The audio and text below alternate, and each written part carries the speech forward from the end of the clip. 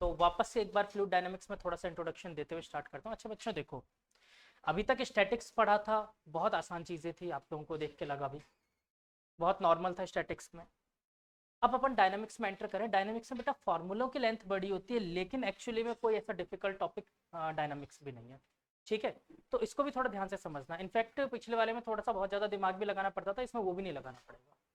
ठीक है, बहुत ज़्यादा दिमाग डायनामिक्स में नहीं लगेगा, बस फॉर्मूले की लेंथ थोड़ी सी बड़ी होती है, तो इसलिए घबराना मत।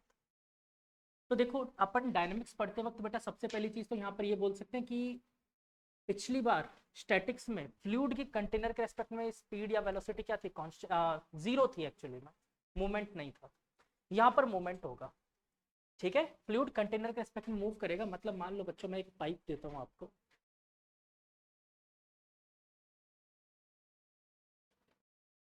इसको नोट डाउन जरूर करना आप लोग। पाइप देता हूँ, इस पाइप में से अगर वाटर का फ्लो हो रहा है या फ्लूइड का फ्लो हो रहा है, तो बेटा यहाँ पर अगर आप देखो तो एरिया अलग है, यहाँ पर एरिया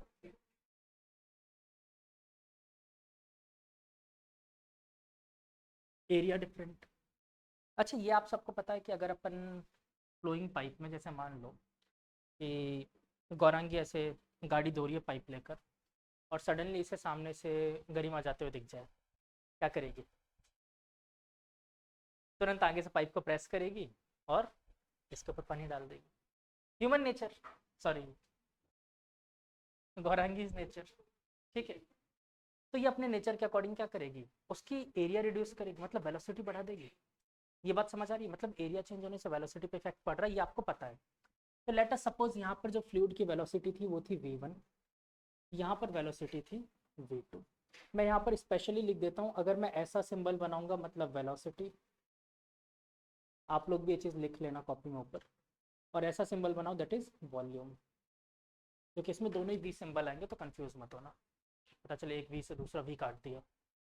ठीक है, तो क्लियर रहेगा ना? ये बना लेना कॉपी में कि ये वाला कर्व आप लोग भी हैबिट में रखना, वेलोसिटी के लिए ये बनाना है और वॉल्यूम के लिए ये बनाना है।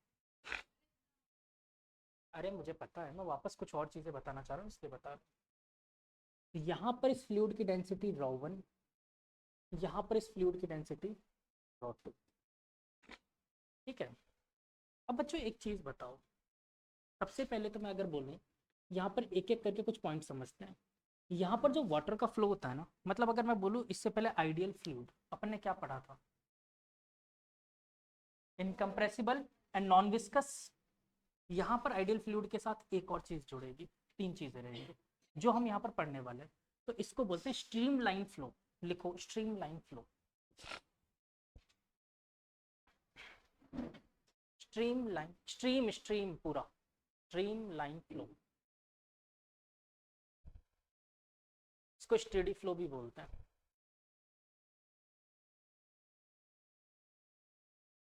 पहले तो ये फील करा देता हूँ होता क्या है, फिर उसके बाद शांति से समझेंगे। कभी बिल्कुल शांत रिवर फ्लो होते हुए देखिए, आप अगर उसे देखोगे तो आपको ऐसा लगेगा पानी रुका हुआ है, बिल्कुल शांत। ऐसे फ्लो को बोलते हैं अपन स्ट्रीम लाइन फ्लो, जिसमें बिल्कुल आपको फील ही ना हो। अब समझो, आगे समझते हैं। एक दूसरा होता है टर्बुलेंट फ्लो। टर्बुलेंट फ्लो क्या होता है? आपने देखा होगा कि पानी बहुत तेज फ्लो हो रहा है, और उसमें आपको ऐसे करके कुछ घूमते हुए चीज़ें दिख रही होगी कि कहीं पर वाटर ऐसे घूम रहा है, ठीक है, कहीं पर ऐसे टॉर्नेडोज टाइप का बना रहा है, लेकिन फिर सीधे बहता जा रहा है। ऐसा दिखा है कभी? ऐसे फ्लो को बोलते हैं टर्बुलेंट फ्लो। लेकिन हमें इसके बारे में नहीं पढ़ना। तो मैंने दो कंडीशन बताई, एक तो क्या था, इनकम्प्रेसिबल, दूसरा नॉन विस्कस, तीसरा याद रखना इरोटेशनल भी होना चाहिए। इरोटेशनल, रोटेट ना करे, ठीक है ना? तो यानी कि टर्बुलेंट फ्लो ना हो। तो यहाँ पर तीन कंडीशन ऐड करो स्ट्रीमलाइन फ्लो में, incompressible, non viscous and irrotational.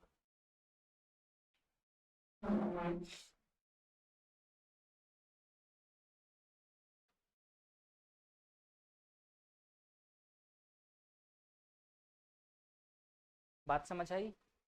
ठीक है, हाँ, उनके बीच में कोई फ्रिक्शन नहीं। ठीक है, फ्लूइड में एक्चुअली में फ्रिक्शन वर्ड यूज नहीं होता फ्लूइड लेयर्स के लिए, उनके लिए विस्कोसिटी यूज होता है। ठीक है, इसलिए डन, इजी। अच्छा, इसके बाद मैंने आपको इक्वेशन ऑफ कंटिन्यूटी बता दी थी वैसे। उसका डेरिवेशन देख ले, इक्वेशन ऑफ कंटिन्यूटी का डेरिवेशन नहीं देखा था शायद अपन ने। अच्छा इसमें एक और पॉइंट लिखना है बेटा, एक सेकंड, लिखा थोड़ी, हाँ एक और पॉइंट लिखना है, लिखो एक point, in streamline flow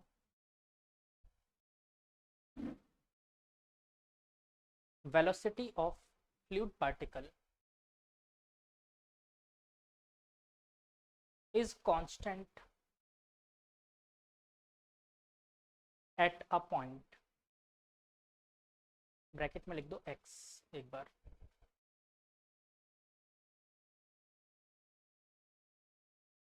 constant at a point. ठीक है, अब समझते हैं इसको, ये मैंने क्या लिखवाया सर, अभी तो बोल रहे आप कांस्टेंट रहेगा, फिर यहाँ पर आपने v1 v2 क्यों लिखा, फिर तो दोनों तरफ बराबर लिखना चाहिए था आपको। नहीं बेटा ऐसा नहीं, समझो मीनिंग क्या है। अगर मान लो इस पाइप से फ्लूइड का फ्लो हो रहा है, तो देखो area of cross section continuously change हो रहा है, हर एक अलग अलग एरिया ऑफ क्रॉस सेक्शन पे वेलोसिटी अलग अलग होगी, ये बात मानते हो। तो बेटा अगर मान लो इस पॉइंट x की बात करता हूँ, मान लो यहाँ पर 10 मीटर पर सेकंड से फ्लूइड इनलेट हुआ था, और इस पॉइंट पर 7 मीटर पर सेकंड हो गया फ्लूइड का, क्योंकि एरिया बढ़ गया तो वेलोसिटी रिड्यूस हो गई।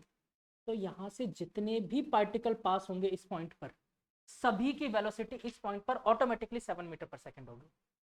ठीक है, अगर एक पार्टिकल की यहाँ पर 7 मीटर पर सेकंड थी, जितने भी पार्टिकल्स आएंगे सबकी वेलोसिटी ऑटोमेटिक 7 मीटर पर सेकंड हो जाएगी। इसलिए मैंने बोला एट अ पॉइंट, किसी एक पॉइंट पर उसकी वेलोसिटी क्या रहेगी, कांस्टेंट। ठीक है ना, किसी एक पॉइंट पर, ऐसा मत मान लेना कि एक्स और वाई पर। तो मैं यहाँ पर इसलिए क्लियर कर देता हूँ आपको, इस पॉइंट को वाई दे देता हूँ, velocity at X is not equal to velocity at Y. ठीक है, और मैं यहाँ पर बोल देता हूँ V X is constant for all particles। ठीक है, सारे पार्टिकल्स के लिए अगर x पे जैसे ही पहुंचेगा कोई पार्टिकल, वहां पर उसकी वेलोसिटी उतनी हो जाएगी जितनी पहले वाले की थी। ठीक है, डन।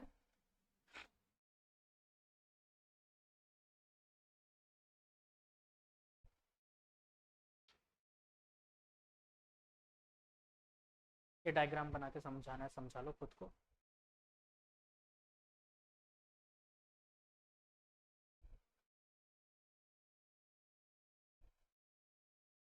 और अगर एरिया डिफरेंट है तो कभी भी वी एक्स और वी वाई बराबर हो ही नहीं सकते स्ट्रीमलाइन फ्लो में। ठीक है ना,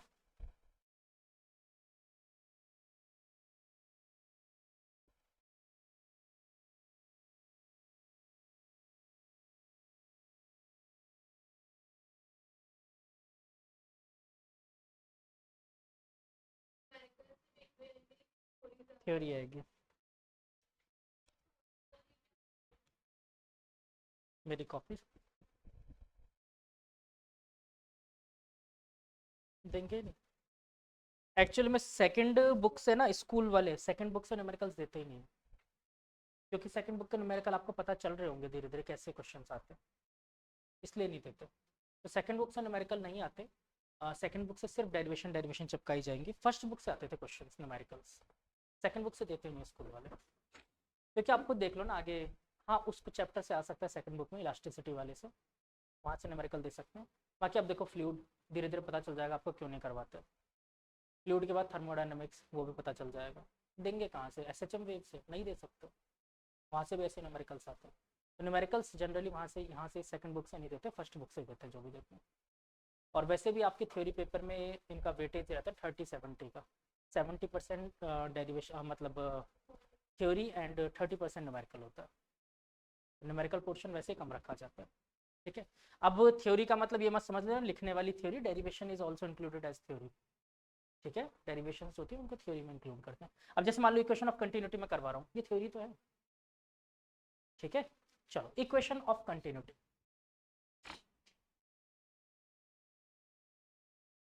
इक्वेशन ऑफ कंटिन्यूटी डेरिवेशन करोगे ना, वैसे तो डेरिवेशन छोटा सा ही है, ऐसा कोई बहुत बड़ी बात नहीं है। इक्वेशन ऑफ कंटिन्यूटी, इसमें लिखो based on the conservation of mass,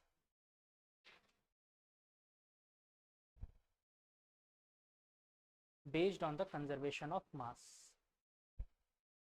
ठीक है, चलो अच्छा एक बात बताओ, लेट अस सपोज यहाँ पर देखते हैं कि बेटा कुछ टाइम टी में, एक टाइम इंटरवल टी के अंदर यहाँ वाले फ्लूइड की लेयर जो ए पॉइंट पर थी वो मूव करके ए डैश तक चली गई, मान सकते हो। और ऐसे ही यहाँ पर कोई लेयर रही होगी बी, इसको एक्स वाई को हटा दूँ, जरूरत नहीं मुझे। यहाँ पर कोई लेयर बी रही होगी, वो मूव करके बी डैश तक चली गई, कोई दिक्कत। सिंपल सी बात है, टाइम इंटरवल क्या है, टी। दोनों के मूवमेंट का टाइम इंटरवल टी ही है।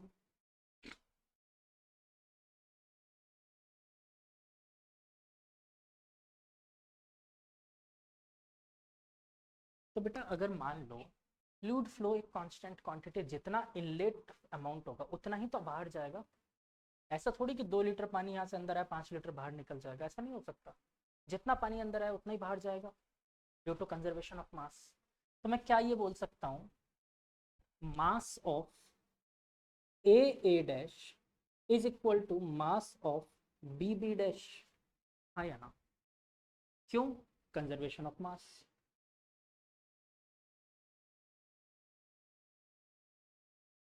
ठीक है, कंजर्वेशन ऑफ मास। अच्छा, मास तो मुझे दे नहीं रखा है, लेकिन मुझे एक चीज पता है, डेंसिटी। याद करो, डेंसिटी क्या होता है, मास पर यूनिट वॉल्यूम।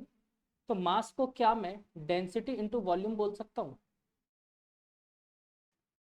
तो डेंसिटी इंटू वॉल्यूम बोल दिया। ठीक, तो मैंने यहाँ पर लिखा density into volume V1 is equal to density of 2 into volume of 2। लेकिन अगेन वॉल्यूम भी गिवन नहीं है। पर अगर आप लोग बुरा ना मानो तो डेंसिटी को क्या मैं, सॉरी वॉल्यूम को एरिया इनटू लेंथ अगर मान लेता हूँ, ये कहाँ तक मूव हुआ है, ए डैश तक, ए डैश बोल सकता हूँ। और यहाँ पर क्या बोल सकते हैं, डेंसिटी इंटू A2 और बी डैश। ठीक। अच्छा, अगर मैं इसको टाइम से मल्टीप्लाई और डिवाइड कर दूँ, टाइम से मल्टीप्लाई और डिवाइड कर दूँ, मतलब यहाँ पर टाइम से डिवाइड भी कर दिया, मल्टीप्लाई भी कर दिया, यहाँ भी टाइम से मल्टीप्लाई डिवाइड। तो ध्यान से देखो, ए डैश अपॉन टाइम, क्या ये V1 नहीं है? V1 यही तो है। तो ρ1 A1 V1 T is equal to ρ2 A2 V2 T बोल सकते हैं। अब हमें एक चीज पता है, हमने कौन सा लिया, स्ट्रीमलाइन फ्लो। स्ट्रीमलाइन फ्लो लिया है जहां पर फ्लूइड कैसा है, इनकम्प्रेसिबल, मतलब कि ρ1 इज इक्वल टू ρ2 रहेगा, डेंसिटी तो कभी चेंज ही नहीं हो सकती। इनकम्प्रेसिबल फ्लूइड का मतलब तो यही था। ρ1 से ρ2 गुजर गया, टी से टी गुजर गया, क्या बचा मेरे पास, A1 V1 is equal to A2 V2। और I can say area into velocity is always constant, or I can say area is inversely proportional to the velocity। बात समझ आई कि नहीं आई? अगर आप एरिया इंक्रीज करोगे तो वेलोसिटी डिक्रीज हो जाएगी, वेलोसिटी इंक्रीज करोगे तो एरिया डिक्रीज हो जाएगा। ठीक है ना? तो आप ये नोट डाउन कर लो, ये डेरिवेशन होगी इसकी।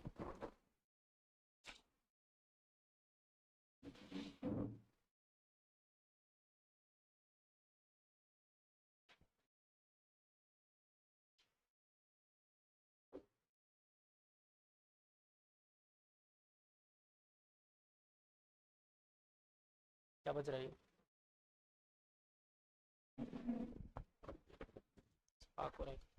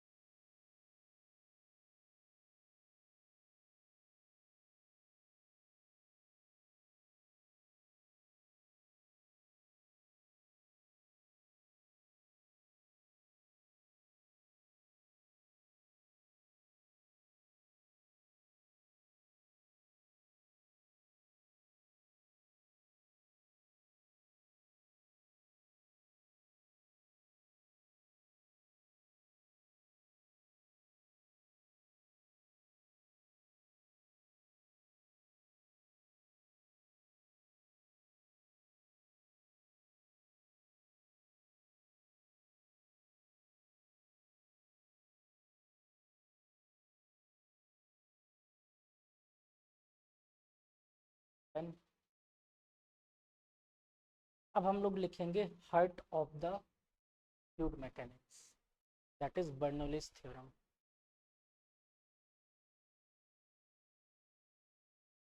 छाप लो इसे, फिर बर्नौलीज से स्टार्ट करते हैं।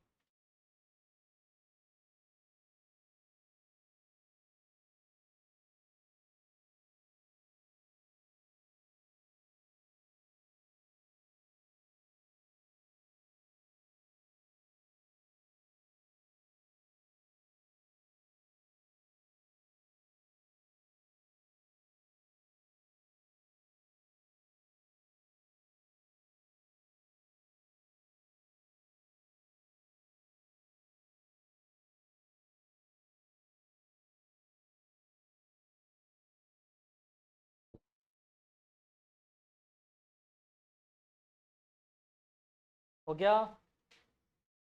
कोई जल्दी नहीं बेटा, 1.5 साल ले सकते हो। दीवा छाप लिया बेटा?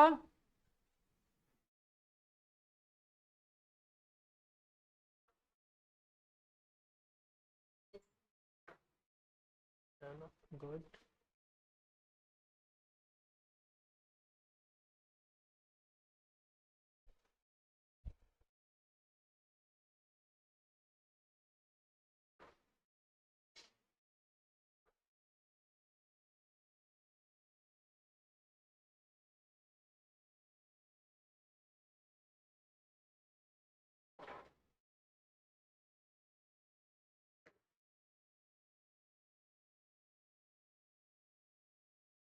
ठीक है, लिखो बर्नौलीज थ्योरम।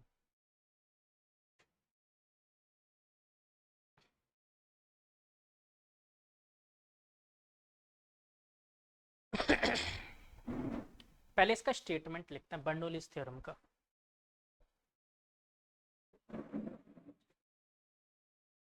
लिखो Bernoulli's theorem.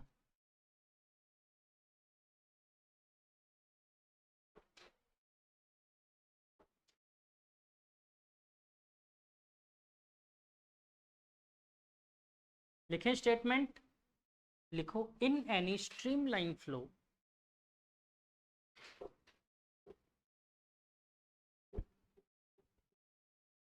in any streamline flow the sum of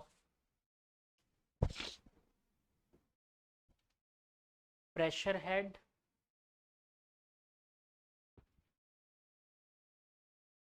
gravity head, gravity के बाद ब्रैकेट में पोटेंशियल भी लिख देना, ब्रैकेट में कई बार इसको ग्रेविटी हेड की जगह पोटेंशियल हेड भी बोलते हैं, gravity head and kinetic head is always constant।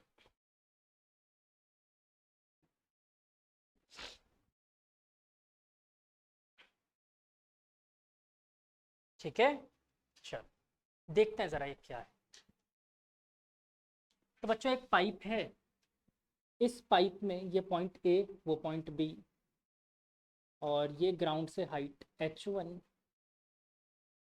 And h2 पे थे।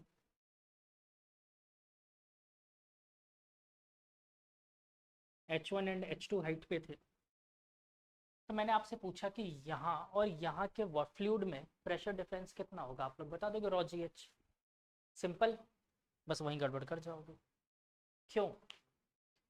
क्या इनके बीच में वेलोसिटी चेंज हुआ है? वेलोसिटी चेंज मतलब एक्सेलरेशन आया होगा, और एक्सेलरेटिंग फ्लूइड में मैंने साफ मना किया था गलती से भी ρ GH मत लगाना, याद है? ρ GH नहीं लगा सकते, नॉट एप्लीकेबल। वो कहाँ लगता था?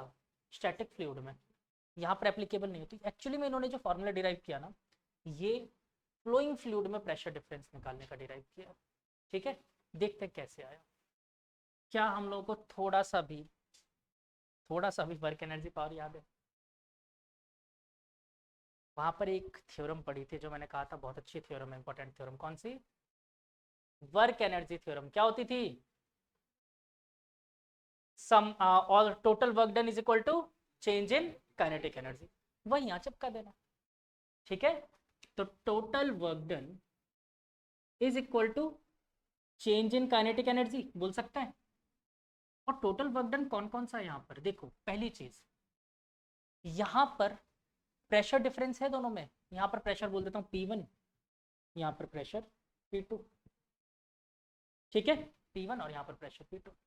तो बेटा P1 प्रेशर की वजह से क्या एक फोर्स नहीं लग रहा होगा, pressure into area that is force, और उस फोर्स का डिस्प्लेसमेंट इस फ्लूइड का डिस्प्लेसमेंट भी हो रहा है, तो वर्क डन भी होगा, मतलब वर्क ड्यू टू प्रेशर बोल सकता हूँ, आया ना। तो पहला वर्क डन मुझे मिला किसकी वजह से, प्रेशर की वजह से, चेंज इन वर्क डन होगा, प्लस और कोई वर्क हो रहा है क्या, ग्रेविटेशनल का वर्क हो रहा है, तो बिल्कुल मैंने यहां पर बोल दिया work done due to mg। चलो बहुत अच्छी बात है, प्लस और कोई वर्क डन, हाँ कौन सा, काइनेटिक क्यों, वर्क क्यों, वो तो सामने वैसे ही है ना, उसको थोड़ी इसमें काउंट करते थे। और कोई वर्क डन हो रहा है, देखो ध्यान से, क्या ये फ्लूइड सरफेस मेरे कंटेनर के कांटेक्ट में नहीं है, कांटेक्ट में है तो क्या नॉर्मल फ्रिक्शन नहीं, नॉर्मल रिएक्शन तो होगा, work done due to normal reaction, हाँ बिल्कुल वर्क ड्यू टू, तो जीरो कर देंगे लेकिन लिखते वक्त तो लिखना पड़ेगा ना, इज इक्वल टू डेल्टा के, बोलो कोई दिक्कत, एक एक करके सारे वर्क डन निकालते हैं फिर उसमें पुट कर देंगे। सबसे पहले work done due to pressure, हाँ बच्चों, तो delta W P, work done due to pressure. पहले फोर्स निकालने, फोर्स कितना था P इंटू ए, तो यहाँ पर फर्स्ट पॉइंट पे तो क्या होगा P1 A1, ये तो फोर्स आ गया, और डिस्प्लेसमेंट कितना किया उसने ए डैश, ये है force into displacement.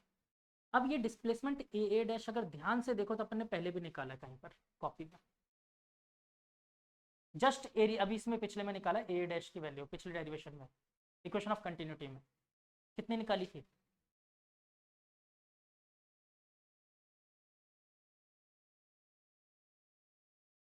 Velocity into time यार, v1 इंटू टी निकाला था ना, रख दो सीधा v1 इंटू टी, ये तो फर्स्ट का था जो इधर की तरफ फोर्स लगा रहा था, लेकिन सेकंड वाला due to inertia opposite direction में फोर्स लगा रहा होगा, हाँ कि ना, ये आगे जाना चाह रहा होगा तो उसको रोक कौन रहा है, ये वाला रोक रहा है ड्यू टू इनर्शिया, मतलब इसमें फोर्स कहाँ लग रहा है, अपोजिट, मतलब माइनस P2A2 V2T। अगर ऐसे समझना है तो ऐसे समझो कि बेटा यहाँ पर दोनों तरफ एक प्रेशर का डिफरेंस है, प्रेशर का डिफरेंस है, फिर भी ये फ्लूइड इधर की तरफ फ्लो कर रहा है, तो ये देखो नेट फोर्स लगाया अपन ने, यहाँ से लगने वाला फोर्स माइनस यहाँ से लगने वाला फोर्स इनटू डिस्प्लेसमेंट। अब बात समझ आई, क्लियर। अच्छा अब देखो A1 V1 T1, A1 V1 T, इसको कुछ और भी लिख सकते हैं क्या, बोलो जल्दी बोलो, क्या मास अपॉन डेंसिटी नहीं बोल सकता इसको, वॉल्यूम ही तो था ये, A1 V इंटू टी, नहीं आ रहा समझ में, पूरा निकालू, पिछले डेरिवेशन में लिखा है अपन ने इसलिए बोल रहा हूँ मैं, देखो उसमें,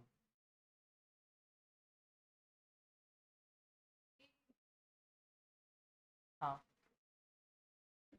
नहीं समझ आ रहा, मैं लिखवा ही देता हूँ, चलो देखो वहां पर अपन ने जो लिखा है वहां पर मैंने ये बोला है मास इज इक्वल टू, अपन ने क्या लिखा था, density into area into velocity into time बोला था, अगर मैं इसको डिवाइड में भेज दूँ, मास अपॉन डेंसिटी, क्या बचेगा, area into velocity into time, तो मैं क्या इसको ये बात बोल सकता हूँ, और due to continuity equation A1 V1 T is equal to A2 V2 T भी होगा, due to equation of continuity, तो क्या मैं इसको ऐसा लिख सकता हूँ P1 minus P2 M upon raw, और दोनों में से चाहो तो ये M अपॉन रॉ कॉमन ले लिया मैंने, तो P1 minus P2 into M upon rho, कोई दिक्कत, सिंपल सी बात है, ये मेरा work done due to pressure आ गया, इक्वेशन 1, इजी सी बात है।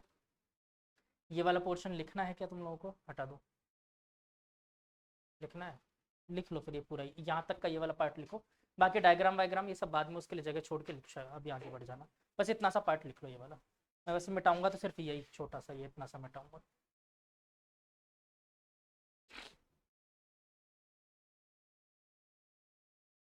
इसकी डेरिवेशन आप लोगों के फ्लूइड मैकेनिक्स में इंपॉर्टेंट है बालक, आपका एग्जाम है ना, इसको रट के चल रहा है। ये मोस्टली चांस है कि आएगा ही आएगा।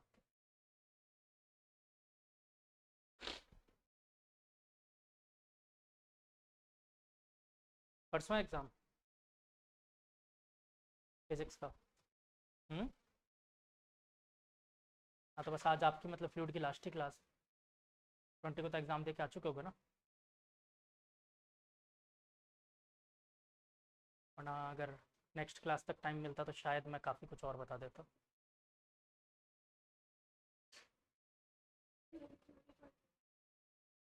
थ्योरी मतलब डेरिवेशंस आएंगे, जैसे मान लो कि हो सकता है कैपिलरी ट्यूब का डेरिवेशन पूछ लिया जाए, स्टोक्स थ्योरम पूछ लें, ऐसी कुछ छोटी मोटी चीज़ें एक्स्ट्रा है वो सब पूछ सकते हैं। बाकी ये तो इंपॉर्टेंट टॉपिक है, सबसे ज़्यादा टीचर को यही पसंद आता है, बर्नौली थ्योरम यही पूछते हो, डिराइव बर्नौलीज थ्योरम, बड़ा सा क्वेश्चन दे देंगे।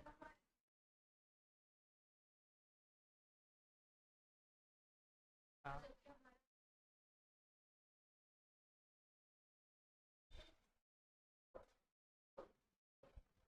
2 दिसंबर 2024। चलो डन, लिख लिया। अब मैं ये निकालता हूँ work done due to M G, उसके मास का भी तो वर्क डन होगा। पूरा छापने लग गए क्या? मैंने बोला था ना बाकी की जगह छोड़ देना, अभी बाकी चीज़ें लिख लेंगे बाद में। अब work done due to M G calculate करते हैं, ये कितना आएगा। देखो एक बात बताओ, याद है चेंज इन पोटेंशियल एनर्जी भी तो लिख सकते हो direct, work is equal to change in potential energy, लेकिन कैसा, माइनस का। याद है ना, negative work done by internal conservative forces. पर इसकी रियल कहानी थोड़ी सी गजब है, पहले तो मैं लिख देता हूँ फिर रियल कहानी बता दूंगा आपको। पहले लिख देता हूँ, delta W P, sorry W M G can be written as minus of change in potential energy. Potential energy कितना चेंज हुआ है, M G H two minus M G H one, माइनस की वजह से उल्टा हो जाएगा, तो M G H one minus H two. बोलो कोई दिक्कत? रियलिटी में बात लिखना सही है नहीं, सिर्फ समझाने के लिए बता दिया, क्योंकि आप ध्यान से देखो ये m किसका मास है, कौन से फ्लूइड का। यहाँ पर आप ध्यान से देखो कई सेक्शन है फ्लूइड के, कौन सा सेक्शन है ये, देखो एक्चुअली में ये फ्लूइड जो है ना, वो ये सेक्शन आप ध्यान से देखो, इसमें मूवमेंट हुआ क्या है, ए बी का मूवमेंट होकर ए डैश बी डैश हो गया, ए बी का मूवमेंट हुआ ए डैश बी डैश हो गया, मतलब इनके पोटेंशियल एनर्जी में चेंज। और मास किसका लिया मैंने, ये पूरा ए से बी तक का मास है यहाँ पर ये, ठीक है रियलिटी में। बट अगर आप सोचोगे ना, इसको जब सॉल्व करोगे तब देखोगे कि क्या मैं यहाँ तक के पोटेंशियल एनर्जी को ए बी वाले को क्या ए डैश प्लस ए बी बोल सकता हूँ, हाँ या ना। और माइनस करना था ए डैश बी डैश वाले को, तो क्या उसके पोटेंशियल एनर्जी को a dash b plus b b dash बोल सकता हूँ। और उसकी वजह से ये वाला कॉमन पार्ट आ जाएगा जिसका मास कैंसिल आउट हो जाएगा, मैं लिख के भी समझा देता हूँ। तो बचेगा सिर्फ ये वाला और ये वाला, तो एट लास्ट जो यहाँ पर m दिख रहा है वो इस छोटे से ऑब्जेक्ट का मास है, इतना सा, ए डैश वाले का और बी बी डैश वाले का। बात समझ आई कि नहीं आई? दूसरे तरीके से समझो इसी चीज को, एक्चुअली में देखो जितना मास यहाँ पर इनलेट हुआ है उतना ही तो यहाँ पर आउटलेट में था, हाँ या ना। तो ये इसी मास ने तो अपनी पोजीशन चेंज की, ए से ले जाकर ए डैश तक गया, और ये वाला बी से बी डैश तक गया, ये तो चेंज हुआ। इसलिए मैं इसको M G H one minus H two बोल सकता हूँ। कोई दिक्कत है इसमें? सिंपल सी बात, मजे हो गए। Equation 2, work done due to normal reaction, वो कितना आ जाएगा। रीजन, एक्चुअली में नॉर्मल रिएक्शन हमेशा डिस्प्लेसमेंट के परपेंडिकुलर रहेगा, तो यहाँ पर क्या आ जाएगा ये 0। कोई दिक्कत, रख दो सारी values.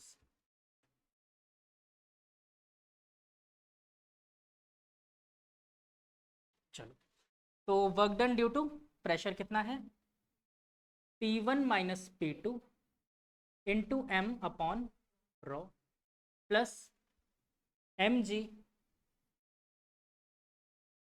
H one minus H two plus ये तो जीरो, ये छोड़ दूं, is equal to kinetic energy में चेंज कितना होगा बच्चों, half M V two square minus half M V one square. Final minus initial करते हैं ना, कोई दिक्कत?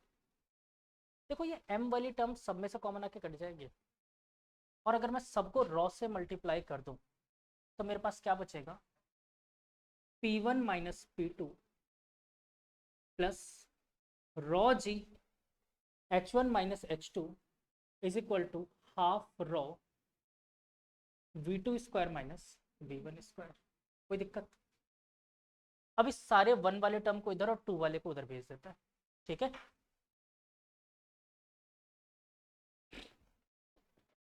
तो देखो 1 वाला टर्म यहाँ पर बचा P1 plus rho G H1 plus ये वाला माइनस का इधर आके प्लस हो जाएगा, half rho V1 square is equal to P2 plus rho G H2 plus half rho V2 square. और इसी बात को बेटा मैं क्या बोल सकता हूँ, देखो आप 1.1 पर ये पूरी वैल्यू का सम उतना ही आया जितना 0.2 पर आया। मतलब क्या मैं ये बोल सकता हूँ, change in pressure plus rho G H1 plus half rho V1 square is equal to 0। Change, मैंने डेल्टा वर्ड लगाया, चेंज मतलब कि हर एक पॉइंट पर इन तीनों का अलजेब्रिक सम क्या रहेगा, कांस्टेंट। अब आप समझो, ये तो प्रेशर था ही, ये एक्चुअली में देखो पोटेंशियल एनर्जी नहीं है, पोटेंशियल एनर्जी इज mgh, 1 लगाने की जरूरत नहीं है, इसको मैं डायरेक्ट बोल देता हूँ, ठीक है।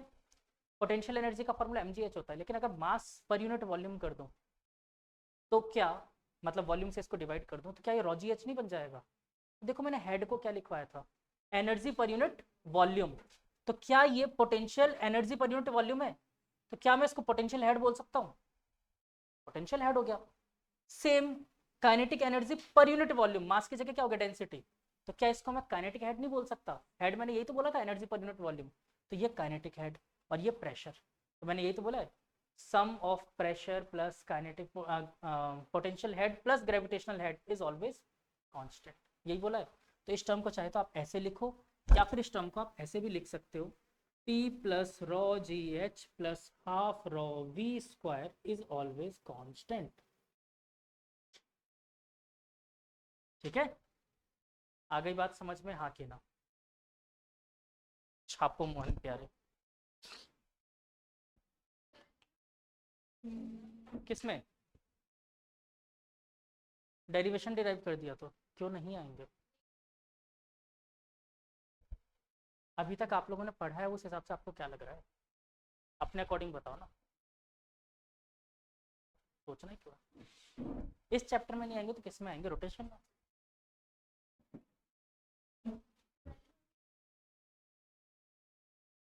और पता है सबसे अच्छे मार्क्स रोटेशन में आएंगे, स्कूल में, स्कूल में, क्योंकि वहां पर सिर्फ सिंपल सिंपल चीजें पूछी जाएगी। टॉर्क का फॉर्मूला बता दो, एंगुलर मोमेंटम क्या होता है, ठीक है। हाँ तो ऐसी ऐसी चीजें आएंगी स्कूल के एग्जाम में, रोटेशन में, रोटेशन में कोई बहुत हाई फाई चीजें नहीं आएंगी। क्या? रोटेशन से आएगा ही वो। स्कूल में कोई मेरी तरह थोड़ी आपसे रोलिंग मशीन के क्वेश्चंस करवाएंगे, या फिर जैसे मैं और भी चैप्टर और भी टॉपिक से करवा रहा था। वैसे आप लोगों के स्कूल में बड़ी जल्दी कोर्स नहीं कर दिया? थर्मो ही हो गया 3 दिन में? हाँ वो तो 3 दिन, वो तो हो जाएगा। तो अभी थर्मो भी पढ़ाना चालू कर दिया, एग्जाम में आ कितने चैप्टर हैं? कौन?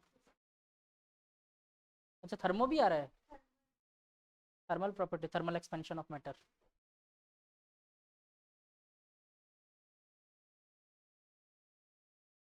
बर्नौली थ्योरम 3 पेज में करवाया है? क्या करवा दिया ऐसा?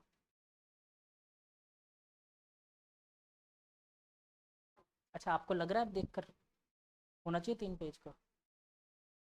वर्क एनर्जी थ्योरम से किया अपन ने, कोई अपना ऐसा भी चीज़ नहीं है कि बियॉन्ड द टॉपिक कराओ।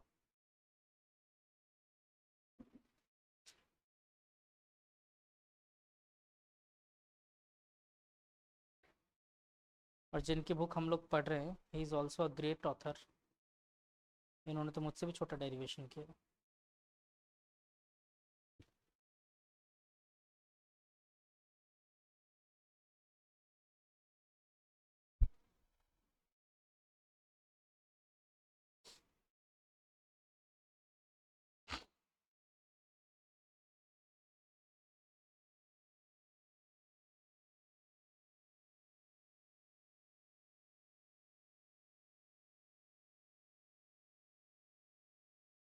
इंटरेस्टिंग है टॉपिक, मज़ा आ रहा है ऋषि? इंटरेस्टिंग है टॉपिक पक्का? या ज़बरदस्ती आंखें खुली हुई है? चलो गुड।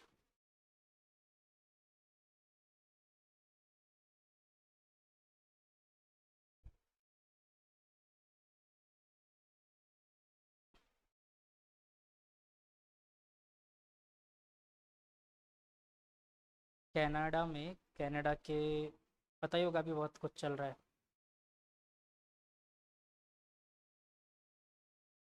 कनाडा के वो नहीं मालूम क्या चल रहा है? कनाडा के लोकल टेररिस्ट वहाँ पर नारे लगा रहे हैं कि हमें एक नया देश चाहिए, खालिस्तान। वो भी भारत में, वो भी भारत में। पहले मांग रहे थे, अब उनको समझ आया भारत नहीं देगा, तब कनाडा में बोल रहे हैं कि कनाडा के लोकल लोग बाहर निकलो, हम यहीं खालिस्तान बनाएंगे। तो बड़ा अच्छा है, अब मैं भी सपोर्ट कर रहा हूँ। I am in support with Khalistan. बनाओ कनाडा में खालिस्तान।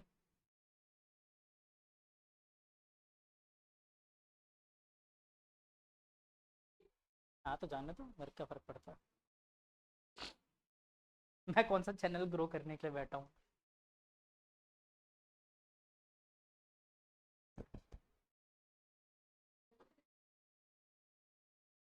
हाँ, नहीं, आप ये चीज सोचो, आपसे पूछूं अगर मैं, बर्नौली थ्योरम क्या फ्लूइड स्टैटिक में एप्लीकेबल था? वहां भी एप्लीकेबल था, बताऊं कैसे? स्टैटिक में v1 और v2 जीरो रहा होगा। इसमें रखो जरा v1 v2 जीरो इक्वेशन में, देखो क्या मिलता है आपको। Change in pressure that is raw ji H two minus H one, यही मिल रहा है, यही तो पढ़ा था आपने, रॉ जी एच एक्चुअली में। तो ये स्टैटिक में भी यही पढ़ा था, बस यहाँ पर मूविंग पार्टिकल की वजह से एक और चीज इसमें ऐड हो गई, दैट इज काइनेटिक हेड, क्योंकि मोशन में था ना पार्टिकल, इस वजह से।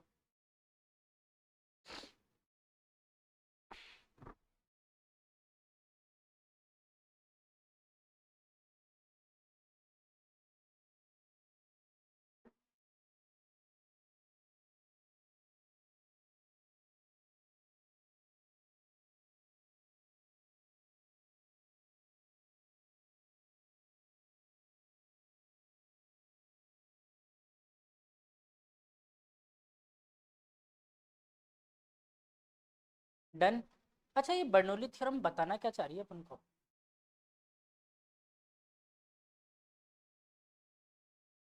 चलो, पहले इस बर्नौली थ्योरम से थोड़ी बहुत चीज़ें को समझने की कोशिश करते हैं एक बार।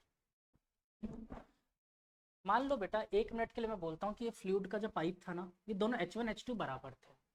ठीक है, H1 H2 अगर बराबर थे, ये सब हटा दो, अब लिख लिया ना आप लोगों ने? थोड़ा बहुत पोर्शन ये इक्वेशन छोड़ के बाकी सब हटा देता हूँ, इधर वाला पार्ट हटा देता हूँ एटलीस्ट। लिख लिया ना?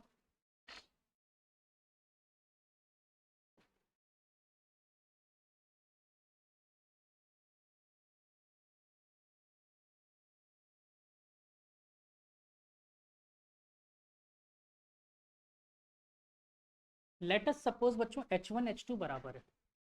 ठीक है, मैं यहाँ पर कुछ चीज़ें डिराइव करवाना चाह रहा हूँ आपसे additional. Let H1 is equal to H2, तो इस सिचुएशन में तो देखो ये मामला खत्म। तो क्या मैं ये बोल सकता हूँ P1 minus P2 is equal to half rho V2 square minus V1 square, और चाहूँ तो इस बात को ऐसे भी लिख सकता हूँ P1 plus half rho V1 square is equal to P2 plus half rho V2 square. ठीक। अब एक पाइप था बच्चों जिसमें पानी फ्लो हो रहा था, ठीक, सेम हाइट के लेवल पर पकड़ रखा अपन ने उसे, सेम हाइट के लेवल पे, तो हाइट वाली कहानी खत्म। एक तरफ वेलोसिटी ज़्यादा है, एक तरफ कम है, ठीक है। मैंने यहाँ पर आपको बोला कि let us suppose v2 is greater than v1, यहाँ पर वेलोसिटी ज़्यादा और यहाँ पर कम है, तो वेलोसिटी ज़्यादा होगी तो प्रेशर पे क्या इफेक्ट पड़ेगा? देखो ये टर्म ऑटोमेटिक, अगर मान लो वेलोसिटी ज़्यादा है तो ये टर्म ऑटोमेटिकली कम है, ये वाली टर्म ज़्यादा हो जाएगी, ये कम ये ज़्यादा, मतलब कि ये डिफरेंस पॉजिटिव आएगा, पॉजिटिव आएगा, मतलब P1 और P2 का डिफरेंस भी पॉजिटिव आएगा, यानी P1 बड़ा होगा P2 कम होगा, तो P1 बड़ा मतलब जहां पर वेलोसिटी कम थी वहां पर प्रेशर ऑटोमेटिकली बढ़ जाएगा। मतलब अगर मेरे पास वेलोसिटी V2 ज़्यादा, मतलब अगर वेलोसिटी बढ़ती है, अगर मैंने वेलोसिटी इंक्रीज करी तो प्रेशर क्या हो जाएगा? डिक्रीज। एग्री करते हो इस बात से? अच्छा एक और बात, एरिया के कॉन्टेक्स्ट में भी तो था ये चीज़ कहीं पे, वेलोसिटी का रिलेशन क्या, वेलोसिटी ज़्यादा हो रही थी मतलब एरिया रिड्यूस हो रहा था, मतलब मैं ये भी बोल सकता हूँ एरिया, सॉरी इंक्रीज नहीं, डिक्रीज, डिक्रीज, डिक्रीज, वेलोसिटी ज़्यादा एरिया डिक्रीज। तो क्या मैं ये चीज़ बोल सकता हूँ इन तीनों में से एक भी पैरामीटर आप छेड़ोगे दूसरा ऑटोमेटिकली छिड़ जाएगा, है ना? ज़रूरी नहीं है कि अगर मैं वेलोसिटी बढ़ाऊँ तो एरिया चेंज हो जाए, हो सकता है प्रेशर कम हो जाए, एरिया चेंज ना भी हो प्रेशर कम हो जाए, हो सकता है, पॉसिबल है। चलो अब इसको थोड़ा सा प्रैक्टिकल लाइफ के कॉन्टेक्स्ट में लाते हैं। मेन बात तो इसमें मेन मुद्दा एरिया को हटाकर इन दोनों का मुद्दा है इसलिए, ठीक है, कि अगर वेलोसिटी बढ़ाओगे प्रेशर कम हो जाएगा। ये बात अच्छे समझ में आ गई? वेलोसिटी तेज, प्रेशर कम। कितने बच्चों को ये बात समझ नहीं आई? एरिया का कॉन्टेक्स्ट हटा दो, आप ये दोनों बात में समझ के बताओ मुझे, ये कॉन्टेक्स्ट अच्छे से क्लियर है? अच्छा, थोड़ी बहुत छोटी मोटी चीज़ें पूछता हूँ मैं आप लोगों से। सबसे पहला तो बहुत सिंपल सा क्वेश्चन, जो हमारी परफ्यूम की बॉटल होती है वो कैसे काम करती है? परफ्यूम की बॉटल, नॉट डीओ की बॉटल, परफ्यूम की बॉटल। डिओड्रेंट में तो क्या होता है, डिओड्रेंट उसमें हाई प्रेशर पे गैस भरी होती है, आप उसको प्रेस करते हो तो कंटिन्यू फ्लो होता रहता है, क्योंकि बाहर का प्रेशर कम है अंदर प्रेशर ज़्यादा है तो फ्लो हो जाता है, क्योंकि जब तक प्रेस रखोगे तब तक वो आता रहेगा बाहर। लेकिन अगर मैं आपसे पूछूं परफ्यूम में कैसे, परफ्यूम की बॉटल एक बार प्रेस करते हो एक बार ही निकलता है, ऐसा थोड़ी दबा के रखा तो कंटिन्यू निकलता ही जा रहा है उसमें से, नहीं, एक बार प्रेस करते हो कुछ स्प्रे होता है फिर वो रुक जाता है, तो वो कैसे काम कर रहा है अब समझना है ना अपन को, इस कॉन्टेक्स्ट में समझना है वो कैसे काम कर रहा होगा। हम्म,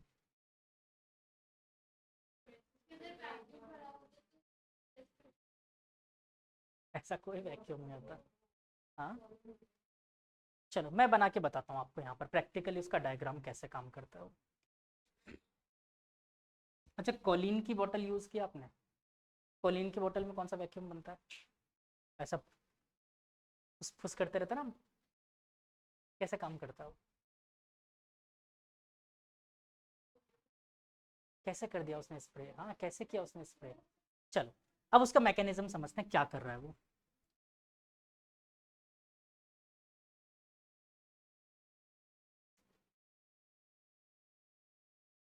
एक्चुअली में ये उसका मैकेनिज्म है और कुछ नहीं, इतनी सी चीज़ है उसका मैकेनिज्म। ये आपका वो स्ट्रॉ वाला पार्ट है जिसमें मान लो यहाँ तक आपका फ्लूइड भरा हुआ था, ठीक है, तो स्ट्रॉ में भी ऑटोमेटिक फ्लूइड होगा। हम लोग क्या करते हैं, इसको जैसे ही प्रेस करते हैं यहाँ से बहुत तेज एयर इस तरफ जाती है, एयर की वेलोसिटी आपने इंक्रीज कर दी यहाँ पर इस जगह पर जो भी वेलोसिटी थी, जैसे आपने वेलोसिटी इंक्रीज की क्या फ्लूइड का प्रेशर कम नहीं हो गया यहाँ पर इसके कंपैरिजन में? जैसे प्रेशर कम हुआ यहाँ का फ्लूइड ऑटोमेटिकली ऊपर चढ़ जाता है, और इस एयर वेलोसिटी मतलब मूविंग पार्टिकल के साथ फ्लूइड के पार्टिकल्स में आगे जाके स्प्रे हो जाता है। समझ गए? कभी देखा परफ्यूम में खाली वो आते हुए, हवा भी आती है साथ में, वो इसी वजह से आती है, ठीक है, समझ गए? वो बस ये कहता है कि यहाँ पर वेलोसिटी तेज कर देता है एयर की, जिसकी वजह से प्रेशर क्या हो जाता है, कम, प्रेशर कम तो यहाँ का फ्लूइड ऑटोमेटिक ऊपर आ जाता है, ऊपर आ गया और ये पार्टिकल इस मूविंग वेलोसिटी के साथ चला जाता है, ठीक है? क्या ठीक है? पक्का? चलो परफ्यूम की बोतल का केस समझ आया? लेट अस सपोज कि आप लोग किसी रेलवे स्टेशन पे खड़े हो, ठीक है, और ये मेरे साथ सामने के देखा हुआ इंसिडेंट है, वो भी बताता हूँ। यहीं का दुर्गापुरा रेलवे स्टेशन का अनाउंसमेंट हो रही थी, राजधानी एक्सप्रेस प्लेटफॉर्म 1 से गुजरने वाली, दिवाली से 1-2 दिन पहले की बात थी। तो कृपया पीली रेखा से पीछे खड़े रहें, ठीक है, येलो लाइन से पीछे खड़े रहना होता है। तो उन्होंने 2-3 बार अनाउंसमेंट किया, और भीड़ बहुत ज़्यादा, दिवाली से पहले बहुत ज़्यादा भीड़ रहती है। तो 2-3 बार अनाउंसमेंट किया, कोई सुन नहीं रहा, तो अरे हटाओ रे इनको, मरेंगे सारे के सारे, ऐसे माइक पे चिल्ला के बोलता है वो, हटाओ इनको, मरेंगे सारे के सारे। मतलब बड़े उससे कि राजधानी एक्सप्रेस प्लेटफॉर्म संख्या 1 से गुजरने वाली ठीक है, वो सुन ही नहीं रहे, कोई हट ही नहीं रहा। अब उसने ऐसा क्यों बोला? अगर आप मान लो राजधानी निकल रही है 120 की स्पीड से या 100 की स्पीड से आप येलो लाइन के आगे खड़े हो गए शांति से, चलो ट्रेन ही तो है, हम भी कम थोड़ी हैं, ठीक, आप ऐसे खड़े हो गए। ट्रेन जैसी मूव होगी 100 की स्पीड से, क्या वहां पर एयर पार्टिकल्स की वेलोसिटी बहुत तेज नहीं होगी? और बहुत ज्यादा तेज वेलोसिटी होने की वजह से क्या वहां का प्रेशर नहीं रिड्यूस हो जाएगा? जैसे ही ट्रेन निकलेगी वहां का प्रेशर इतना ज्यादा रिड्यूस होगा, आप यहाँ पर खड़े हो और आपको तुरंत प्रेशर डिफरेंस की वजह से धक्का लगेगा और आप जाके गिर जाओगे आगे ट्रेन के सामने, ट्रेन की तरफ जाके गिर जाओगे। बोलते ना ट्रेन खींच लेगी, वो ये रीजन है खींचने का। सुना है कभी? बोलते होंगे घर वाले ट्रेन खींच लेती है, उनको भी नहीं पता वो रीजन, रीजन ये है इसका। हाई वेलोसिटी से मूविंग ट्रेन की वजह से वहां का प्रेशर रिड्यूस हो जाता है, और आप तो आगे के हिसाब से वैसे खड़े हो ना कि भाई मेरे को आगे से कोई, आपको लगेगा पीछे से किसी ने धक्का दे दिया है, क्यों? एयर प्रेशर क्रिएट हो गया, पीछे से आपकी बहुत तेज एयर इधर की तरफ आएगी जो आपको धक्का देगी और आप आगे जाके गिर जाओगे, ठीक है? तो इसलिए उस पीली रेखा से कृपया करके दूर खड़े रहें, वरना मरेंगे सारे के सारे, ठीक है? समझ गए ये कहानी? कभी दिल्ली हाईवे पे खड़े होने का मौका मिला है? कभी हुए खड़े दिल्ली हाईवे पे? हाँ, दिल्ली हाईवे पे एक बस चलती है हरियाणा रोडवेज की, और वो एक बार ही हॉर्न बजाती है, आप हट गए तो ठीक है, वरना साथ ले जाती है। बड़ी फेमस बस, हाँ, अरे वो 100 की स्पीड में साइकिल की तरह कट मार के निकालते हैं वो, बड़ी अजीब से भगाते हैं वो, बहुत ज़्यादा तेज भगाते हैं, और एक बार ही हॉर्न बजाते हैं, मौका देते हैं कि हटना है तो हट जाओ, वरना ले जाता है सच में साथ में। बहुत बुरी तरीके से बस चलाते हैं वो। हाँ, हरियाणा रोडवेज वाले बहुत खतरनाक बस चलाते हैं। जयपुर दिल्ली का रास्ता दूसरी बसें जितनी देर में तय करेगी उससे 1 घंटा कम लेती है वो पहुँचाने में।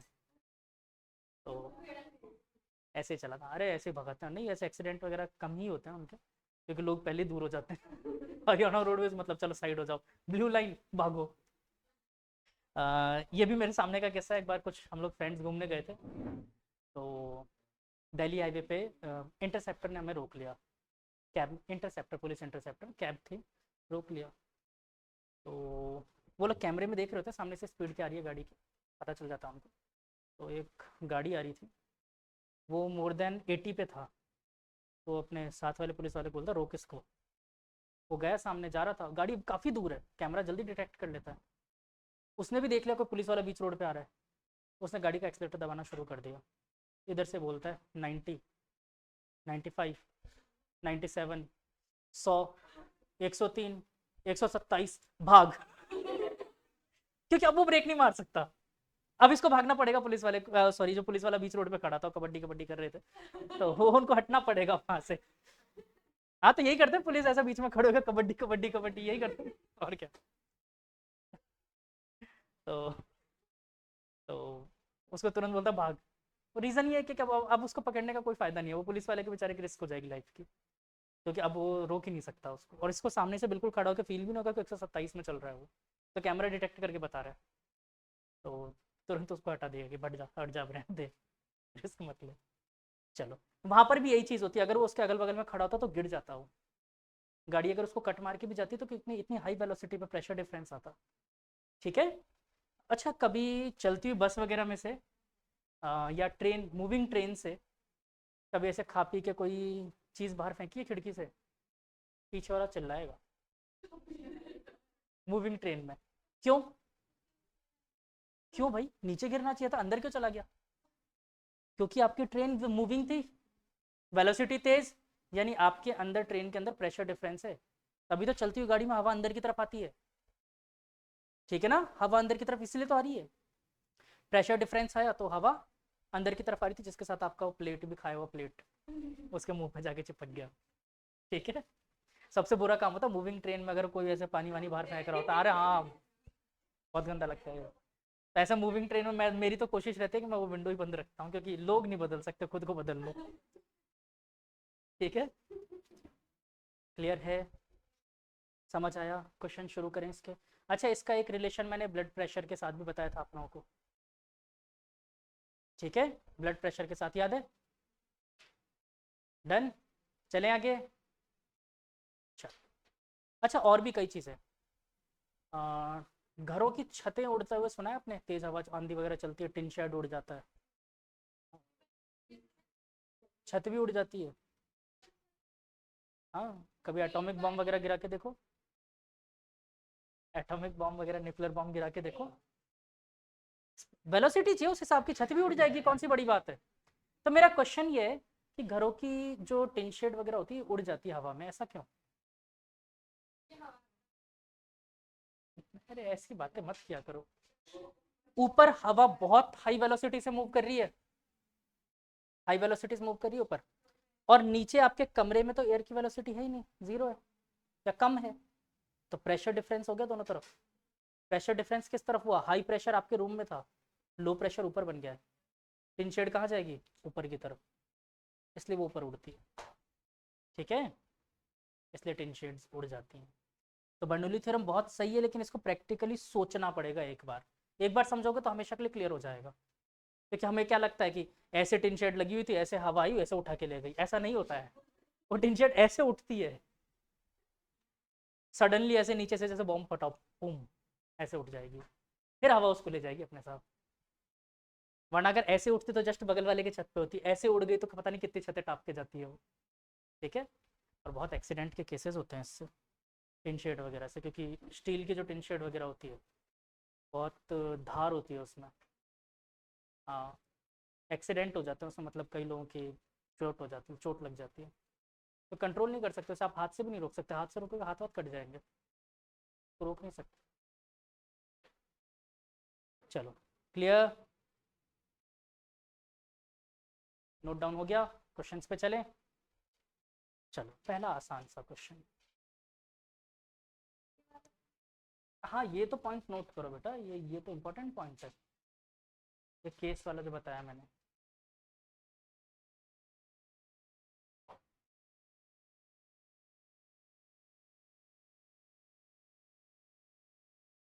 तो आपसे पूछो बर्नौली थ्योरम फ्लूइड स्टैटिक्स पे लगेगा तो बिल्कुल लगेगा। ठीक है ना, आप v1 इक्वल टू v2 कर दो, वहां पर देखो लगेगा वो।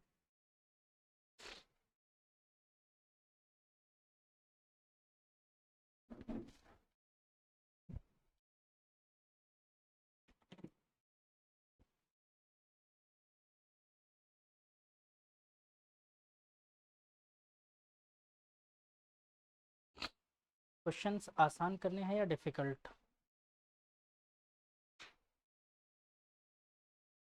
करने तो क्या मेरे वाले आसान करने, आपके वाले आसान करने?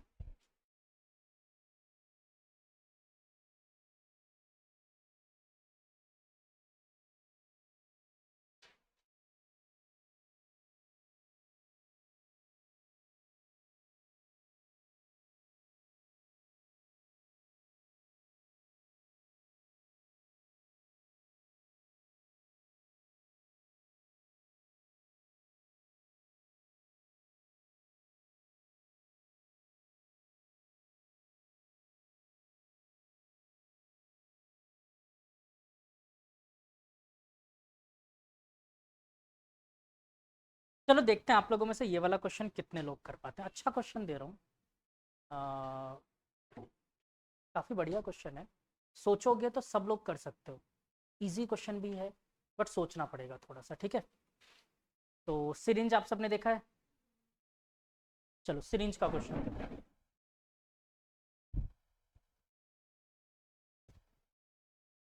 वेरिएबल के फॉर्म में दूँ या डेटा के फॉर्म में? वेरिएबल ही ले लो, ज़्यादा अच्छा है। ये हटा दूँ?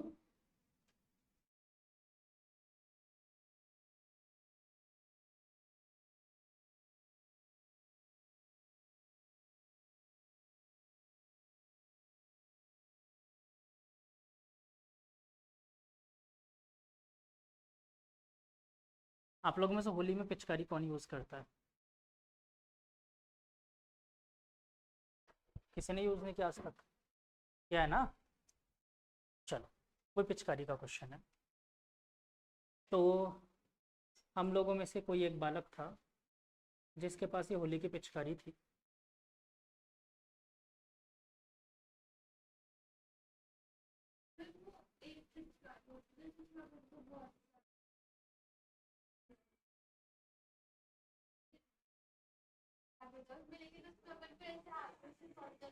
वो हाई प्रेशर, वो प्रेशर, वो तो प्रेशर वाला होता है, वो तो प्रेशर पे काम करता है। चलो 1 मिनट पहले मेरे क्वेश्चन पे चलता हूँ, फिर उसके बाद आपके क्वेश्चन पे आएंगे। उसमें आप कंटेनर में प्रेशर ज़्यादा कर देते हो, बाहर प्रेशर कम है, तो आप जैसे ही एयर मतलब एटमॉस्फेयर के साथ कांटेक्ट लाते हो तो अंदर वाला प्रेशर बाहर की तरफ रिलीज होता है, इस वजह से फ्लूइड बाहर आता है। जो डिओड्रेंट की बोतल में आपके एलपीजी सिलेंडर में है, ये पता है आपके एलपीजी सिलेंडर में हर बार आपका नुकसान होता है। एक्चुअली में उसमें 14 लीटर गैस रहती है, 14 लीटर, हाँ 14 लीटर गैस रहती है, तब आप नुकसान उसको वापस भेज देते हो। उसमें एलपीजी में गैस थी और आपने उसे भेज दिया, क्योंकि उसमें से गैस कैसे बाहर आ रही होती है? एलपीजी सिलेंडर में हाई प्रेशर पे गैस भरा है, liquefied petroleum gas. High pressure पे गैस भरा था, बाहर का प्रेशर कम था, आपने जैसे ही आपका बर्नर ऑन किया, फ्लूइड मतलब अंदर से गैस बाहर की तरफ रिलीज होने लग गई और आपने उसमें खाना वाना बनाया। लेकिन उसमें गैस प्रेशर कब तक बाहर आएगा? जब तक बाहर का प्रेशर अंदर का प्रेशर बराबर ना हो जाए। अब बाहर का और अंदर का प्रेशर दोनों तरफ बराबर हो गया, तब उसमें से गैस आना बंद हो गई, लेकिन अंदर तो गैस थी रियल में। इसलिए शादियों में आपने देखा होगा, शादी वगैरह में क्या करते पता है वो लोग? ऐसा गर्म पानी करके उसमें सिलेंडर को डुबा देते हैं। हाँ, जब खाली होने वाला होता है ना तो उसमें सिलेंडर को गर्म पानी में डुबा देते हैं। क्यों करते हैं? जैसे आपने अंदर गर्म कर दिया, क्या उसकी प्रेशर नहीं बढ़ गया वापस से? पार्टिकल्स गर्म हो गए तो प्रेशर बढ़ गया, अब वो वापस से फिर बाहर की तरफ रिलीज होना शुरू हो गया, तो उन्होंने नुकसान कर दिया, उन्होंने उसमें से ज़्यादा गैस बाहर रिलीज करवा ली। ठीक है, ऐसा करते हैं। बट ये आप समझदारों को मैंने बता दिया, ऐसी बेवकूफ़ी मत करना भरा हुआ सिलेंडर डुबा दे गर्म पानी में। ठीक है, पहले से वो हाई प्रेशर पे था, उसमें और प्रेशर बढ़ा दिया। हाँ, तो फिर वही होगा समझदारी। चलो आगे चलें इसमें क्वेश्चन में। तो बच्चों यहाँ पर क्या हुआ, इसमें फ्लूइड भरा हुआ था, वही होली की पिचकारी। ठीक, और ये आपका एक्चुअली में एच हाइट पे था, एच हाइट पे है ये ग्राउंड से। इसकी वेलोसिटी दी हुई थी v1 और इसका एरिया गिवन था, जितने डेटा दे रहा हूँ सिर्फ उतने ही गिवन है, a1, इसका एरिया है a2। ठीक, ये हाइट h, इतने से डेटा आपको गिवन है। अब मेरा क्वेश्चन ये है कि यहाँ से जो फ्लूइड निकलेगा वो कुछ ऐसा पाथ फॉलो करेगा। What is the horizontal range of the fluid?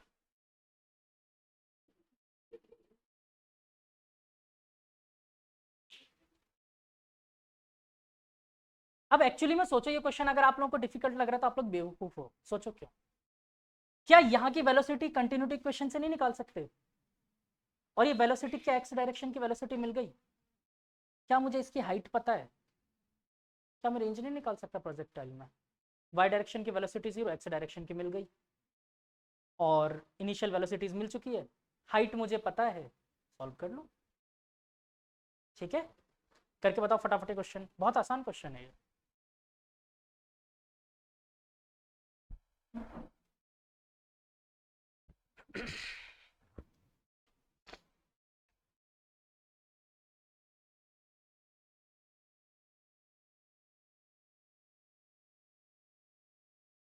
Sir, हाँ बालक, सर आज बायो की क्लास है। बॉटनी की क्लास है।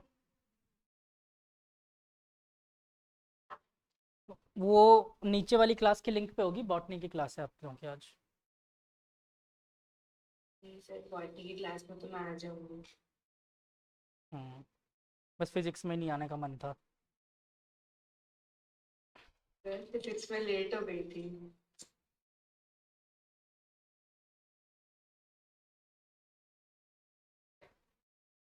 अपरिचित, तुम कैसे ऑनलाइन हो आज? मैसेज तो किया था तुमने खैर, पर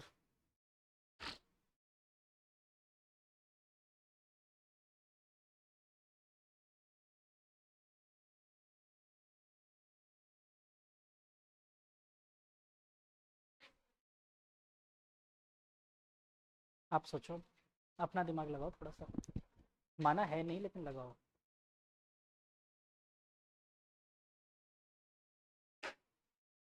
इसने खा ली थी ना दिमाग तेज होने वाली दवाई, आपने दवाई खा ली थी ना दिमाग तेज होने वाली, हिचकी के साथ गोली बाहर आ गई थी।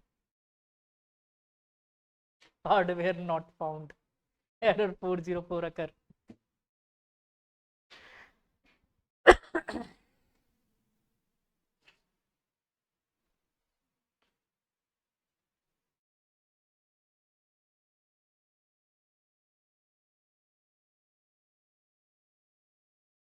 ऑब्वियसली बात है ना, एरिया रिड्यूस हो गया तो क्यों नहीं होगी चेंज।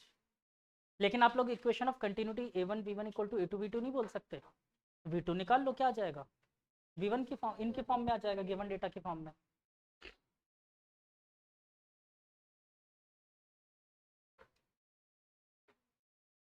चलो मैं कर देता हूँ, देखो क्या बकवास क्वेश्चन है।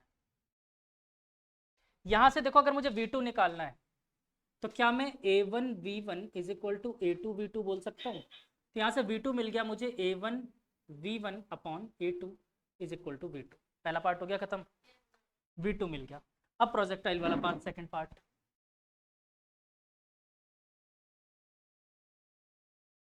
ये क्वेश्चन बर्नौली का है ही नहीं,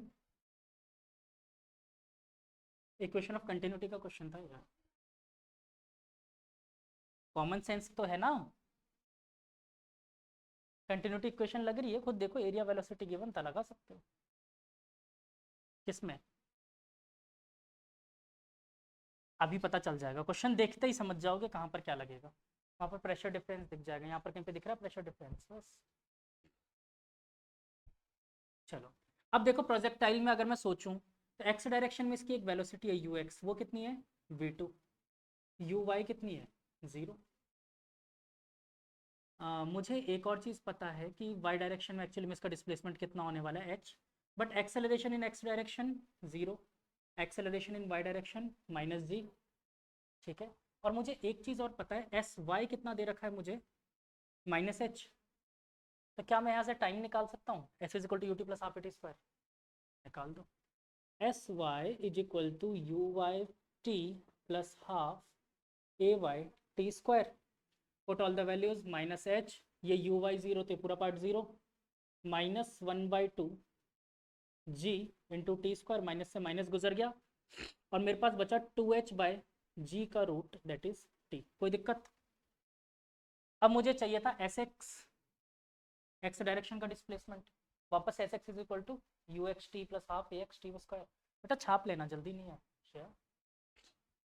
तो यहाँ पर एक्सेलरेशन 0, तो half a x t square का पार्ट गया, सिर्फ क्या बचा u x into t, u x की जगह क्या है v two into root of 2h/g, v2 मैंने पहले ही निकाल रखा है, कितना था a1 v1 by a2 into root 2h/g, और ये आ गया मेरा रेंज आंसर। कोई दिक्कत था क्या, टफ क्वेश्चन है, सच सच बताओ, जेई एडवांस ने पूछा है ये क्वेश्चन। हाँ हो गया था, अरे वाह वेरी गुड यार, गुड। ये सच में मजाक नहीं, एडवांस का क्वेश्चन है ये, बस उसने डेटा दे रखे थे। अब मैं इसी क्वेश्चन को थोड़ा सा और टेस्टी बनाने के लिए क्या कर सकता हूँ, उसको एक एंगल पे रख दूंगा 30 डिग्री के एंगल पे, तो भी निकाल सकते हो। प्रोजेक्टाइल में इतनी मेहनत करिए कि आराम से निकाल सकते हो, किसी भी एंगल पे रख दो, क्या फर्क पड़ता है।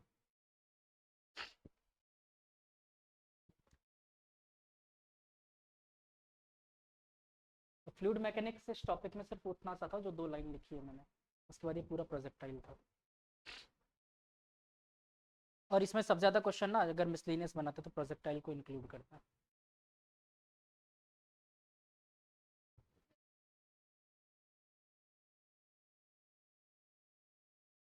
हो सकता है। क्वेश्चन बनाने में क्या बना सकते हैं।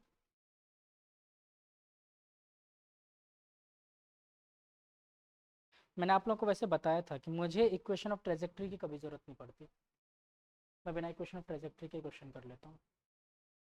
बाकी आपकी श्रद्धा है, मना नहीं है मेरी तरफ से, याद रखो तो अच्छी बात है।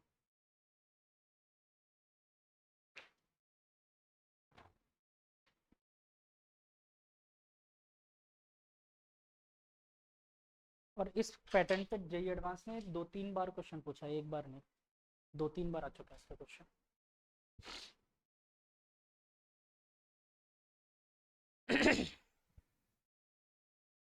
चलो एक क्वेश्चन लिखते हैं। अब बर्नौली के लिए क्वेश्चन चालू कर रहा हूँ मैं। पहला क्वेश्चन है ये, लिखो एन एरोप्लेन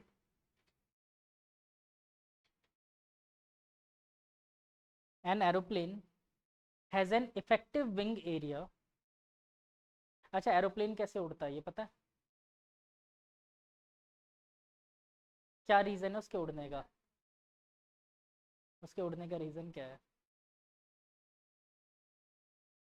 एक्चुअली में एरोप्लेन के आगे जो टर्बाइंस लगे होते हैं, हाई वेलोसिटी पे एयर फेंक रहे होते हैं वहाँ पीछे, एयर की वेलोसिटी हाई, प्रेशर कम, कहाँ जाएगा एरोप्लेन? ऊपर, ऑटोमेटिक। ठीक है, हमें लगता है वो सामने हवा ऐसे छोड़ रहा है और जा रहा है, ऐसा नहीं होता है। ठीक है, जेट मूव जरूर वैसे करता है, जेट जो होता है ना,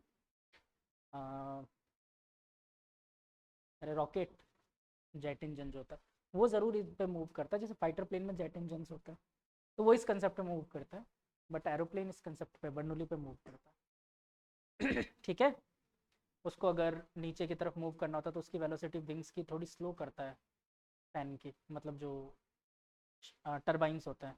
ऊपर मूव करना होता है तो बहुत तेज करता है, और एक एल्टीट्यूड पे बने रहना होता है तो फिक्स रखता है, इसीलिए होता है वो। एरोप्लेन कभी भी, अगर आप लोग बैठे होगे तो देखा होगा, कभी भी सीधे नहीं चलता एरोप्लेन, हमेशा या तो इस एंगल पे रहेगा या इस एंगल पे। वो लोग एक फिक्स टाइम तक इस एंगल पे चलते हैं, फिर उसके बाद वापस से इस एंगल पे आते हैं, एक डायरेक्ट पैरेलल टू अर्थ नहीं चलते कभी भी। पता नहीं, मज़ा आता है जब प्लेन उतर रहा होता है, तब मस्त लगता है प्लेन में बैठने में, क्योंकि तब आपको एंटी ग्रेविटी जैसा कुछ फील होता है एक्चुअली। हाँ, तब बड़ा मज़ा आता है जब वो प्लेन लैंड कर रहा होता है, तब वो बिल्कुल आपको ऐसा लग रहा है आप गिरने वाले हो, तब मज़ा आता है। हाँ, तो effective wing surface area of 16 metre square, 16 एक 6 4 का स्क्वायर 4 स्क्वायर, ये खुश होगी 4 स्क्वायर है ना, आता है ना ऐसा कुछ। चलो, 4 स्क्वायर नाम से मिलता है कुछ, मुझे पता है, इसी खुशी बता रही है। चलो, 16 मीटर स्क्वायर, 16 एक 6 80/5 metre square, that is generating a lift force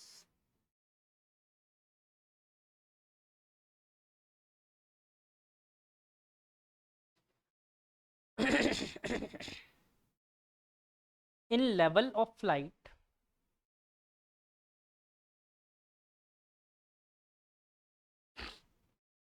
the air speed over the top of the wing is 62 meter per second,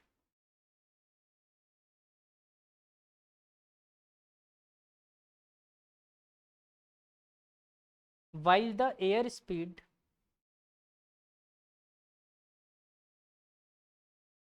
below the wing is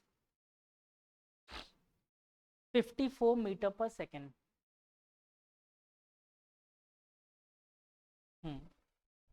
64 meter per second. What is the weight of plane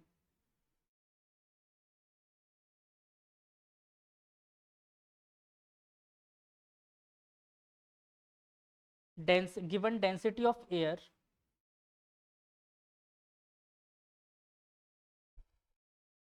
is 1.29 kilogram पर metre cube.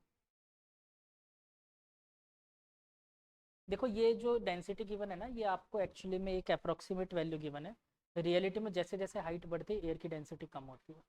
ठीक है, एक approximate value दे रखी है। करोगे try इस question को? समझ गए क्या हो रहा है? प्लेन के विंग्स के ऊपर की तरफ कुछ और एयर की वेलोसिटी है, नीचे की तरफ कुछ और है, मतलब एक प्रेशर डिफरेंस, वेलोसिटी का डिफरेंस आ रहा है। बर्नौली थ्योरम लगाओ, प्रेशर का डिफरेंस निकालो, और फिर एरिया से आप फाइंड करके देखो क्या निकलता है। प्रेशर मिल जाएगा, फिर एरिया है ही आपके पास, फोर्स निकाल सकते हो। करो ट्राई। हाँ, 54 मीटर पर सेकेंड।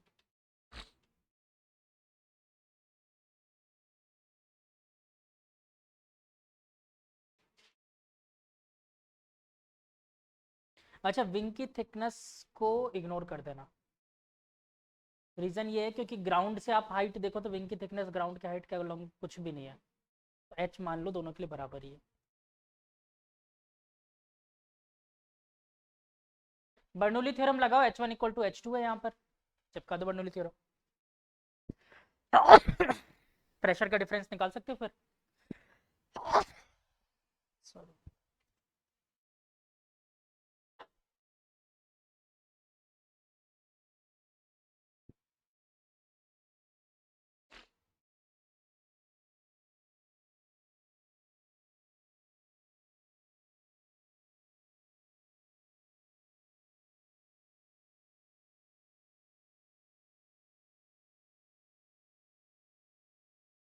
बट आज ही काटे मैंने पैर के नाखून, दूं रख रख के मैंने घर पे। पूरा साल हो गया मुझे सुनाते सुनाते, अभी तक भी समझ में नहीं आया कि नहीं, अभी तक भी नहीं समझ आया कि नहीं खाना चाहिए।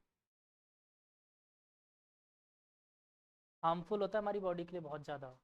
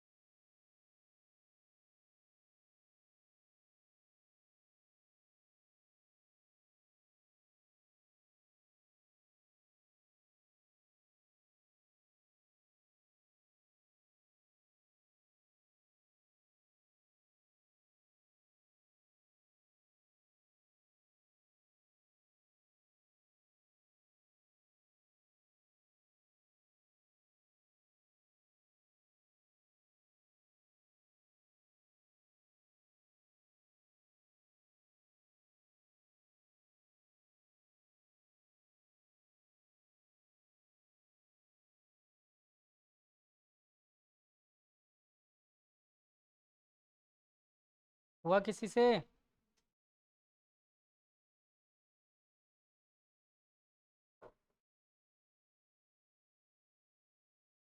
ये कितना आसान सा क्वेश्चन था बच्चों। प्रेशर डिफरेंस निकालो, उसको एरिया से मल्टीप्लाई कर दो, हो गया।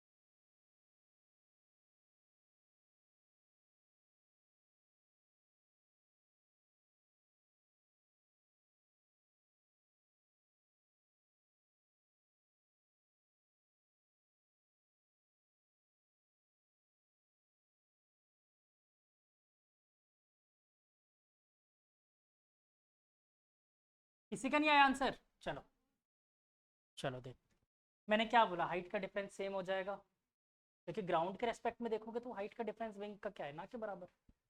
ठीक है, तो मैं डायरेक्टली क्या बोल सकता हूँ, P1 minus P2 is equal to half rho V2 square minus V1 का स्क्वायर। मुझे ये P1 माइनस P2 चाहिए था, प्रेशर डिफरेंस, मतलब एरिया से मल्टीप्लाई कर दूँ, P1 minus P2 into area, यही वो फोर्स है जो प्लेन को ऊपर की तरफ उठा रहा है, P1 minus P2 into area, और क्या यही mg के बराबर होगा? तो मुझे mg चाहिए था, that is equal to mg, plane का वेट ही तो पूछा इसने, is equal to half rho V2 square minus V1 square into a, put all the values, get answer and enjoy. Half rho की वैल्यू क्या दे रखी है, 1.29, वेलोसिटी कितने कितने दे रखी है, क्या 50, 64 एंड 62, अरे एक एक करके बोल लो, क्या 60, मैं देख ही लूँ क्या डेटा, ये है कुछ अनपढ़ है हमारे पास, 62 एंड 54,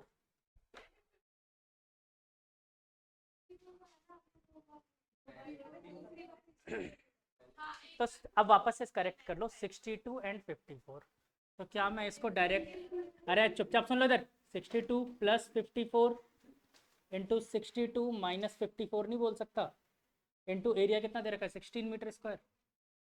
ठीक है, सॉल्व कर लो, क्या था इसमें, 1/2 से ये कट गया 8 टाइम्स, ये हटाओ 8 टाइम्स, तो 8 इंटू 1.29 इंटू 64 प्लस 50, तो कितना हो गया बच्चों, देखो 2 प्लस 4 6, 6 प्लस 5 11, इंटू इसमें से 8 को माइनस किया, कितना हो गया 8, ठीक है, 8 8 जा 64 इंटू 1.29 इंटू 116, ये भी अगर सॉल्व करना नहीं आता तो मैं कुछ नहीं कर सकता आप लोगों की मदद। हाँ आ गया आंसर, देखो मैं 1 सेकंड में कर लूँगा सॉल्व, आप लोग को इतना टाइम लगता है, हो गया मेरा सॉल्व, 1 सेकंड लगता है, बताओ, ऑलमोस्ट अप्रोक्सीमेटली इक्वल टू आएगा 9600 न्यूटन के, यही आ रहा था ना, हाँ हाँ, तो अप्रोक्स, ठीक है।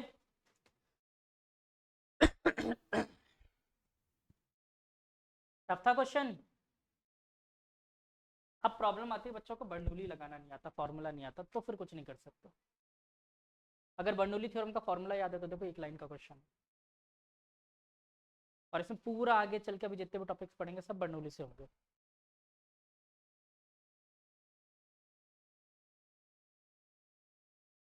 मुझे नहीं पता, अगर फ्लूइड खत्म हो गया तो ठीक है, वैसे मुझे लगता नहीं अभी खत्म होगा, फ्लूइड ही चल रहा होगा।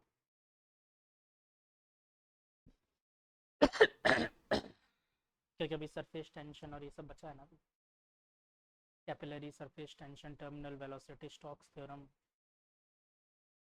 बहुत कुछ।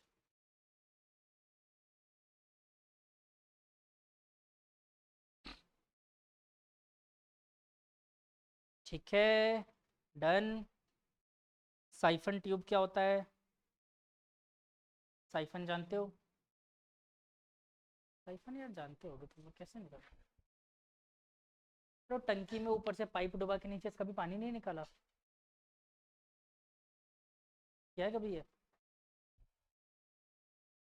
एक काम करना, एक पाइप में पूरा पानी भर लेना फुल, ठीक है, एक मुंह पे थंब रख के रोक लेना, और दूसरे को टंकी के अंदर डुबा देना, ठीक है, और फिर इस वाले को नीचे टंकी के वाटर लेवल से नीचे ला करके छोड़ देना, तो आप देखना टंकी से ऐसे करके पानी घूम के बाहर आता रहेगा, इसी को साइफन कहते हैं, ठीक है, तो जानते हो ना इसके बारे में थोड़ा बहुत कि कैसे काम करता है, इस पे क्वेश्चंस करवाऊंगा नेक्स्ट क्लास में, आज तो नहीं, आज तो टाइम कब निकल गया पता ही नहीं चला, तुम लोगों को पता चला, हाँ सर, बहुत बुरा बोर किया आपने, ठीक है बच्चों, thank you all of you. हाँ प्रीतिका, आप कहाँ गायब रहते हो, मैंने आपसे पूछा था आपने जवाब नहीं दिया।